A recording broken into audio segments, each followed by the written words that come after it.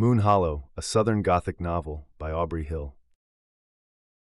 For most of the year, Beth and Nan Moon are the only human inhabitants of the miles-long, deep, rugged hollow that bears their family name. After the death of their mother and the disappearance of their alcoholic father, the sisters have continued to live, surrounded by national forest, on the homestead that has been in the family since Moon Hollow was first settled in the early 1830s. During hunting season, a few dedicated hunters, in pursuit of deer, venture into the depths of the hollow, where only the noonday sun penetrates the shadows. Late in the fall of a drought-plagued year, as the remnants of a hurricane approach the southern Appalachians, Dan Smith, an obsessive hunter, leaves his wife and daughter sleeping in the predawn darkness and descends into Moon Hollow for what will be his last hunt. A month later, on the last night of his life, an elderly fox hunter settles in by his fire in the same creek bottom to sip whiskey and listen to his hounds run. The following year, on the very day that Dan disappeared, both men are seen standing on Main Street, but neither will ever live there again. The residents of the small Alabama town are horrified when they discover the unimaginable fate shared by the two seemingly unrelated men.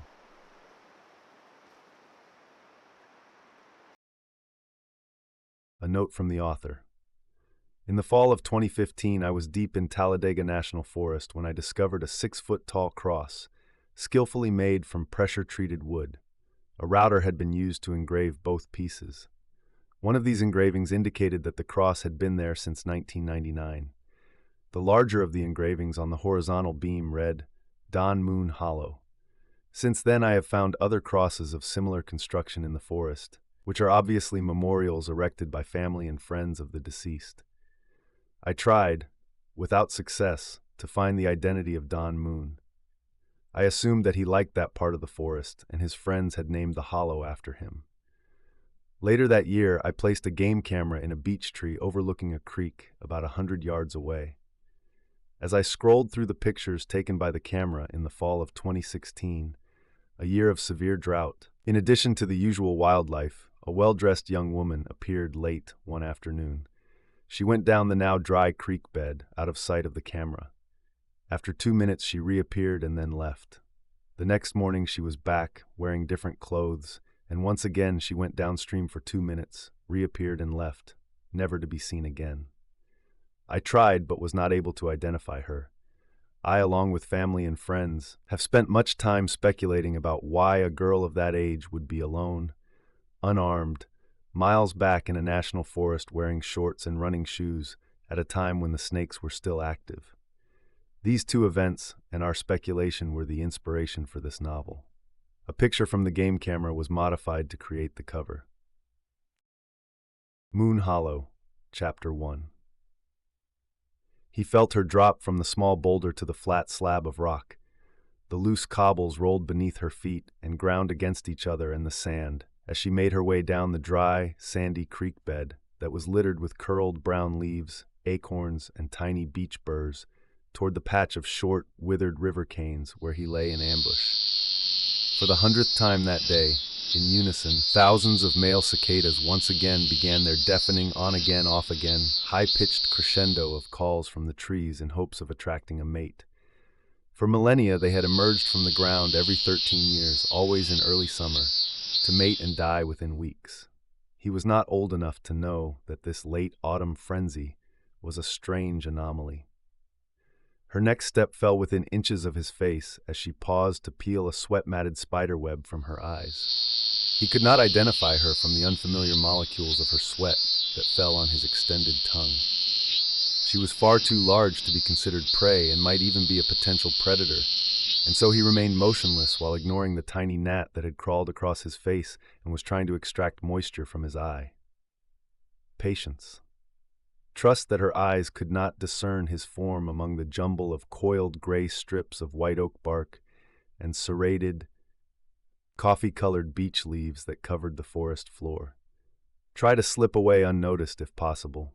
Strike only if threatened. The warmth of her bare calf below her cut-off overalls was only slightly brighter than the ambient heat of the forest, and formed a large, indistinct image in his brain that pulsed with every beat of her heart. Her warm-blooded leg would normally have glowed brightly against the crisp air of a late autumn twilight. But fall had been delayed this year, even as the persistent drought had desiccated the fallen leaves, so that even the smallest of creatures sounded like they were walking on a bed of crisp potato chips. She was oblivious to his presence, and to the blinding flash of infrared light that suddenly exploded from high up in a tree on the other side of the dry creek. Though startled by the intensity of the flash, he kept quiet, and she passed on, stopping 5 feet away as something in the trees caught her attention. She pulled a GPS receiver from the bib pocket of her overalls, marked the spot, and turned back toward his hiding place. It was fortunate that she did not threaten him, as her body heat once again triggered the camera that hugged the smooth, white trunk of an old beech tree 8 feet above the forest floor on the opposite side of the creek. He needed to conserve venom to capture one more meal in case the cold finally arrived and forced him and his fellows into a hibernating pile in the rock cavity at the base of the mountain that had served as the traditional winter den of their clan for hundreds of years. The day faded below the mountain to the west, and darkness slipped down from the cliffs to the east to fill Moon Hollow. With the aid of a hickory sapling, Beth Moon pulled herself out of the dry creek bed and onto its level floodplain. While constantly fanning gnats away from her nose and eyes and slapping at the cloud of mosquitoes that whined around her head, 20 yards upstream she found the faint old logging road on her left and followed it to its intersection with the one-lane gravel road that traversed the national forest from east to west.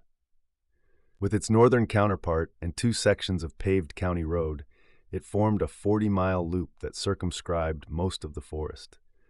A mass of cool air rushed down from Sherman Cliffs on the east side of Moon Hollow to rustle through the few withered oak leaves remaining on the trees.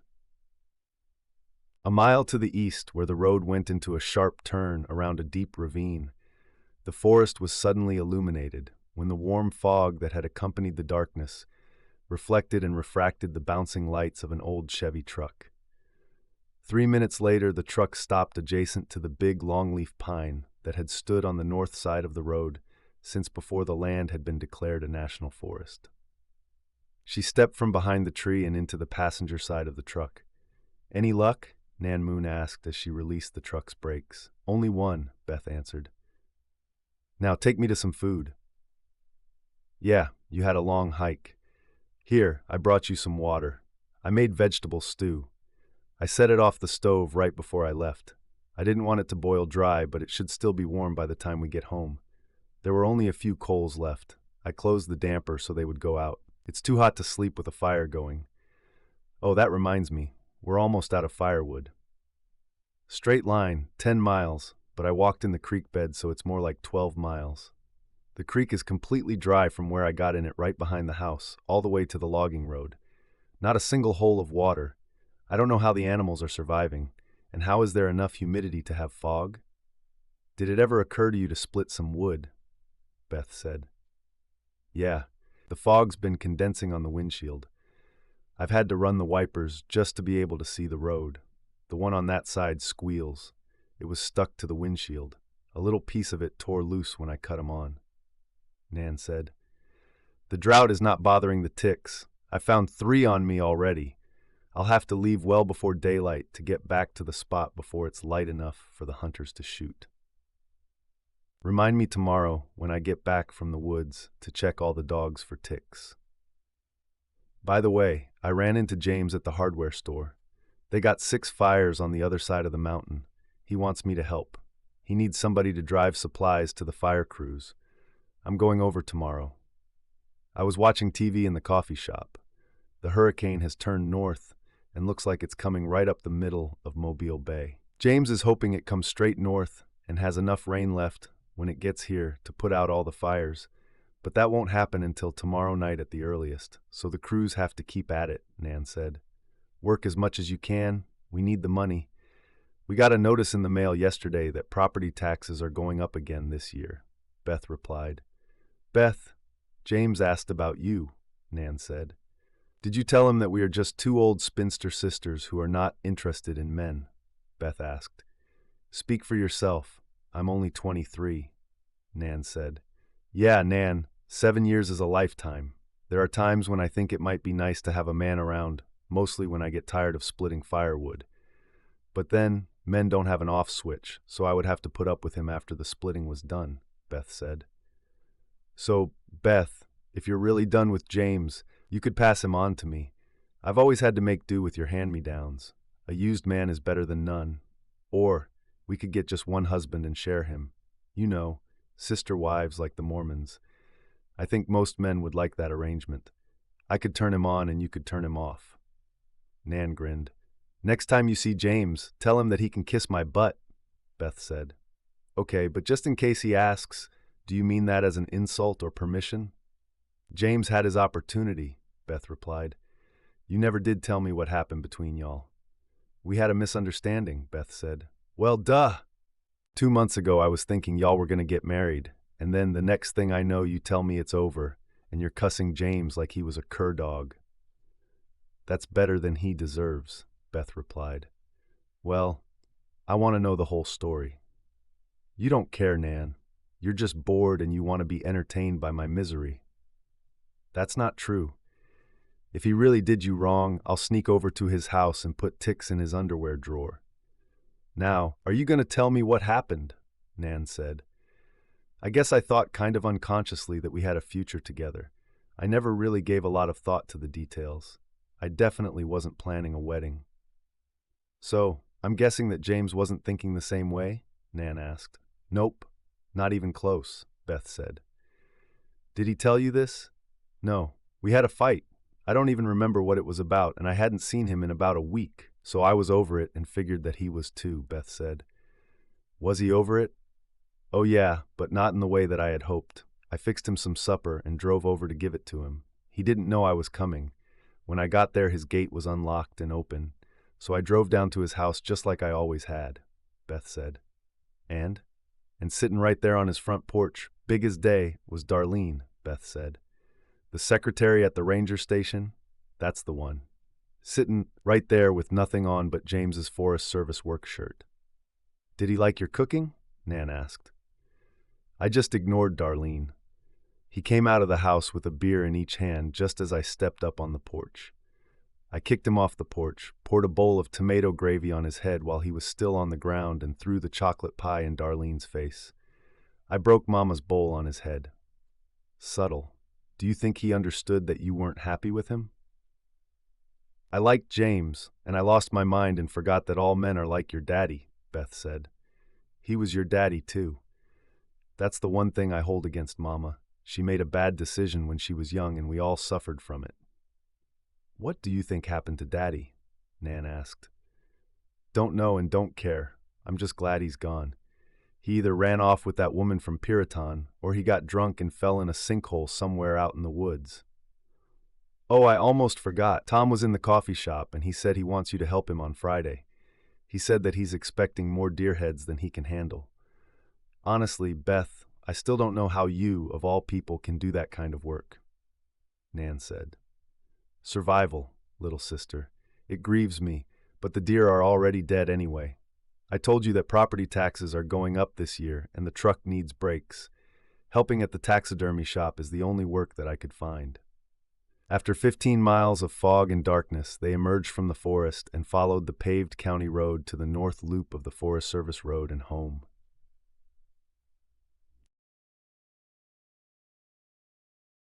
Moon Hollow, Chapter 2.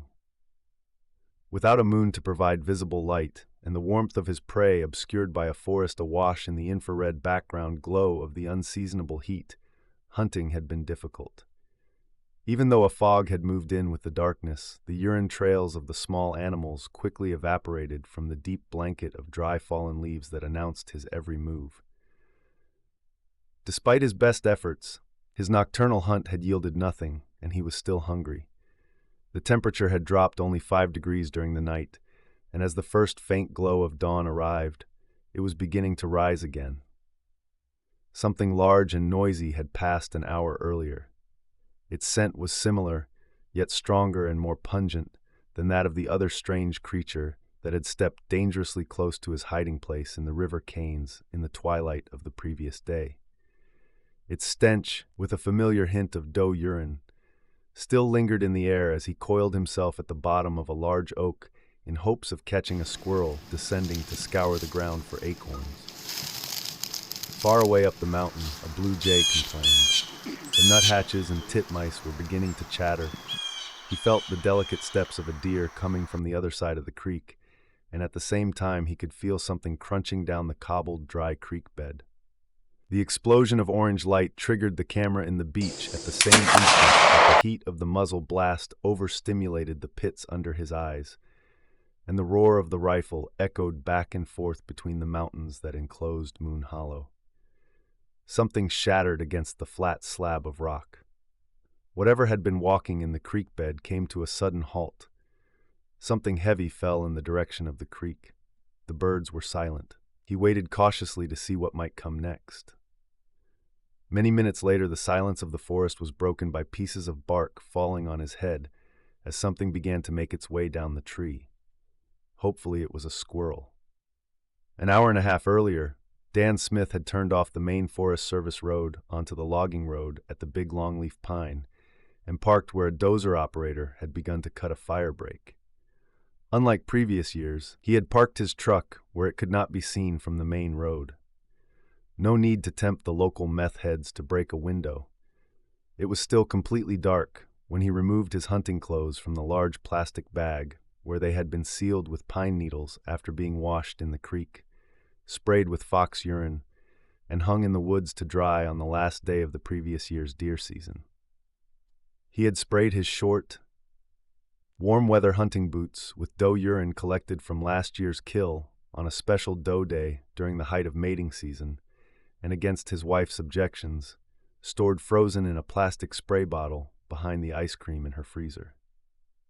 The deer that he hunted were the descendants of animals that had been brought in from Wisconsin after the local whitetail population had been decimated by the clear-cutting of the forest by northern timber companies and overhunting by desperately hungry people during the Great Depression. Even after many generations of interbreeding with the few remaining native southern deer, some of the descendants of those Wisconsin deer somehow remembered that rut should start earlier in the season. Ever meticulous, Dan figured that a little hint of estrus couldn't hurt his chances of getting a big buck. Guided by the beam of his small flashlight, Dan walked down the logging road to his tree stand in the creek bottom, slung his empty rifle over his shoulder, and ascended the ladder to his perch against the rough, peeling bark of a white oak. He worked the bolt to quietly chamber around and settled in to wait. He sat motionless, ignoring the early morning heat and humidity that sent sweat trickling down his back, and the mosquitoes that whined in his ears and sucked his blood from the exposed skin above his beard. Insect repellent would have been an unnatural and unusual scent to any deer in the area. The discomfort was part of the price that a dedicated hunter had to pay. His game camera in the old beech tree had watched the big buck lose last year's antlers, grow new ones covered with velvet during the summer, and scrape the velvet off on a sapling 10 yards in front of the big oak. It had recorded the buck beginning to urinate and paw the ground around the sapling to attract does. Dan had been in the tree stand less than an hour when the buck jumped the creek and headed directly toward the big white oak. When the animal was a few feet in front of the tree stand ladder, Dan whistled. The deer froze and scanned the woods for the source of the sound. It sniffed the air for danger, but detected nothing but fox urine and some other scent that excited him and made him less cautious. 2 more steps positioned him a foot in front of the tree stand. Even though his pulse was pounding, Dan slowly leaned forward, took a deep breath, released it, and with his rifle almost vertical, slowly squeezed the trigger to place the bullet precisely between the buck's shoulder blades and into its heart. The bullet exploded the deer's heart, exited between his front legs, and buried itself in the dry forest floor. The buck fell forward, digging his chin into the dry leaf litter, kicked twice, and died.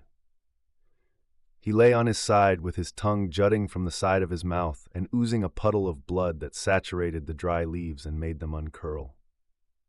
Small black flies emerged from their hiding places to scavenge precious moisture from the dark, glassy, lifeless eye that stared up at the hunter. His wife would object to the cost, but this 12-point was going to the taxidermist. He had saved up enough overtime pay to cover it. Dan worked the bolt to eject the spent cartridge and load a fresh one. The buck did not respond when the falling brass cartridge case pinged against its antlers. After waiting 5 minutes to ensure that the deer was dead, Dan slung the rifle over his shoulder, unhooked his safety harness, and began his descent. His foot slipped off the rung of the metal ladder, and he fell the last 2 feet onto the big timber rattler, who, at the sound of falling bark, had quickly positioned himself directly below the ladder in anticipation of a squirrel breakfast. As the snake turned his head upward looking for his anticipated meal, the force of Dan's 220 pounds concentrated into the heel of his boot ruptured the reptile's liver. Instinctively, the 5-foot-long pit viper twisted around, sank both of his almost 2-inch-long fangs through Dan's pants and sock and into his attacker's leg just above the short leather hunting boot, and injected his venom with all his strength.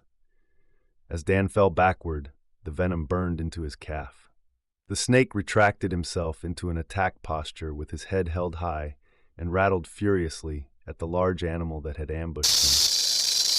Terrified at the thought of being on the ground with the angry rattler only a few feet away, Dan pushed off with the butt of his rifle to regain his footing. The scope made it difficult to aim at such a short distance. The first .30 caliber bullet passed an inch over the snake's head, as his senses were once again overwhelmed by the blinding heat and light of the thunderous muzzle blast. The second hollow point slammed into the underside of his head, flung him backwards, and scattered his blood and brains across the dry oak leaves. The rattler lay writhing and contorting its body with its white belly exposed. Dan dropped his rifle, backed away, and fell to the ground. He snatched the laces of his left boot from their metal speed hooks and ripped off the bloody boot and sock. He would leave the rifle. He stripped his web belt off and applied it as a tourniquet to his rapidly swelling leg. As he stood, he realized that he needed the rifle as a crutch. His pulse pounded in his leg and sweat soaked his camouflage shirt. The steep grade of the logging road exhausted him. If he could get back to his truck, he had a good chance of making it to the hospital 20 miles away. Halfway up the slope, he stripped off his shirt, sank to his knees, and threw up until he had the dry heaves. His vision became blurred as his field of view narrowed, and he gasped for breath. At 6:32 in the morning of an unseasonably hot autumn day, Dan collapsed into the dry red soil of the logging road and lost consciousness as the hemotoxins of Crotalus horridus began to digest him from the inside out.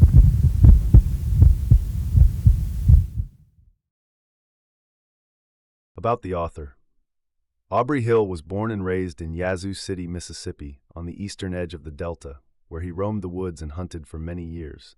He has worked as a carpenter's helper, fish farmer, land surveyor, seismic oil explorer, microbiologist, chemist, computer programmer, and a knowledge engineer in the artificial intelligence group of a major telecommunications company. He holds a BS and MS in microbiology from Mississippi State University, a MS, in computer science from Jackson State University in Jackson, Mississippi, and a PhD in computer science from the University of Alabama at Birmingham, where he later became director of the bioinformatics shared facility, taught bioinformatics, and collaborated with researchers in the School of Medicine. He also studied at the University of Texas at Austin and the Northwestern School of Taxidermy. He and his wife live in Birmingham, Alabama with their 5 elderly cats. Moon Hollow, a Southern Gothic novel by Aubrey Hill, now available on Amazon in paperback and Kindle versions.